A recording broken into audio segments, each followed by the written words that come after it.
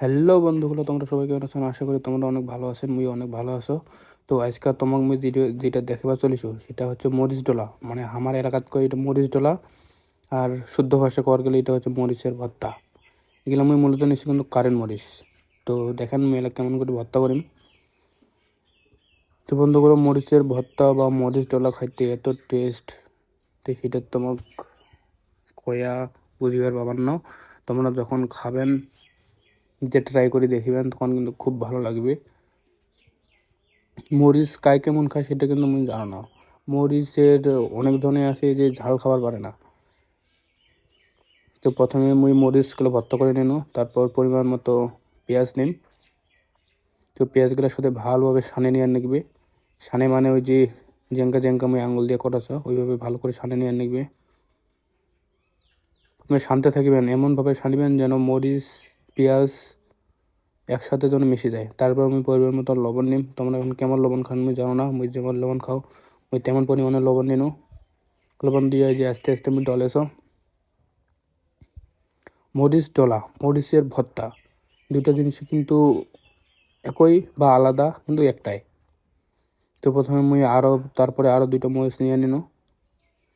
আমি আস্তে আস্তে সানিম। সানার পরে পরিমাণ মতো তেল নিবা হবে। তেল নিয়ে সুন্দর করে ডলিবা হবে। যে পরিমাণ মতো তেল নিয়া সেই করে ডলিবেন, একদম ঠিক যেন টুকটুকা হয়ে যায়, যেন খাইতে যেন খুব ভালো লাগে, যেন মরিচ ভর্তা খান যেন মনের মতো করে হয়। সেজন্য মুই ভালোভাবে সানে নেছো। তোমরা যদি খাওয়ার চান বন্ধুগুলো, তোমরা বাড়িতে ট্রাই করে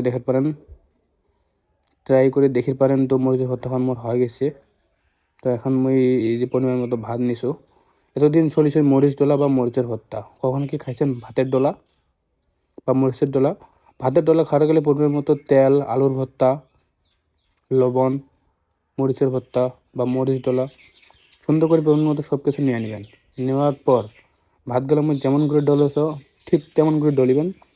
এইভাবে যদি ভাতগুলো ডলেন, তো তোমরাও দেখি শিখো, মোর দেখি শিখো যে ভাতের ডলা কেমন করে ভাতের ডলা তৈরি করি লাগে, ভাতের ডলা খাল লাগে। তো দেখো আমি কি সুন্দর করে ভাতগুলো ডলেছ, তোমরাও ঠিক এইভাবে ভাতগুলো ডলিবেন।